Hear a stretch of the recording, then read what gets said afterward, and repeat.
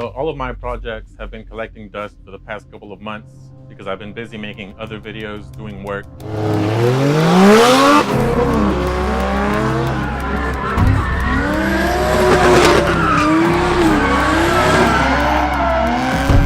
I have car parts that have been sitting in the garage for months now, waiting to be installed. I have a bunch of junk that needs to be thrown away, and I have a couple cars that need to be started. So I'm starting this small YouTube series as a way to get my projects going. I'm hoping having this channel will motivate me to get at least one project done a week or start on little stuff. Let me know what you guys want to see. I'm not saying I'm going to teach you guys anything because I don't know much. I learn everything here on YouTube too. But this is going to be more like you guys are just hanging out with me as I work on my shit. Why do I get nervous? What are you doing? Son of a bitch.